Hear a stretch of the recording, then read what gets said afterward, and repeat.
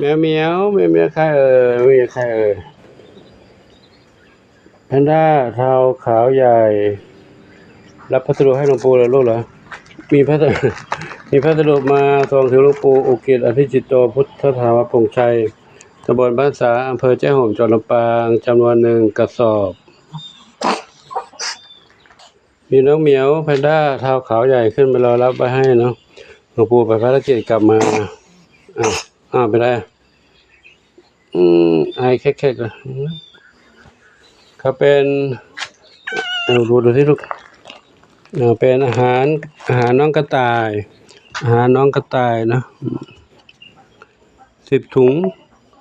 ละ1 กิโล10 ถุงส่งมาจากคุณโยมดวงเดือนสอนชัยซึ่งคุณโยมดวงเดือนได้แจ้งมาล่วงหน้าก่อนหน้านี้แล้วว่าวันนี้จะมีพัสดุมาส่งเป็นอาหารน้องกระต่ายเนาะแต่สั่งทางร้านส่งมาให้ก็ตอนนี้ได้ถึงรับไว้เป็นที่เรียบร้อยแล้วก็ขออนุโมทนาสาธุขอบุญกุศลทั้งหลายจงเป็นพระปัจจัยนุนำกันชูให้คุณโยมดวงเดือนพร้อมครอบครัวพบความสุขความเจริญมีความสุขกายสุขใจปรารถนาที่ใดขอได้ทั้งความมุ่งมั่นปรารถนาทุกประการเทินสัพพิติโยวิวัชชันตุสัพพะโลกโควินัสตุ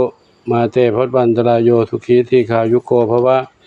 อภิวาทนาสิริสานิจังวุฒาปจายโนจัตตารโอธรรมาวัฏันติอายุวโนสุขังพระลังสาธุสาธุสาธุแพนด้าไอเดี๋ยวกินยาลูกเดี๋ยวผมจัดยาให้กินลูกนะยาแก้หวัดแก้ไข้แก้ไอแก้อักเสบพอแล้วลูกพอแล้วไม่ต้องไอมากเลยครับเดี๋ยวจัดยาให้กินนะขอโมทนาสาธุ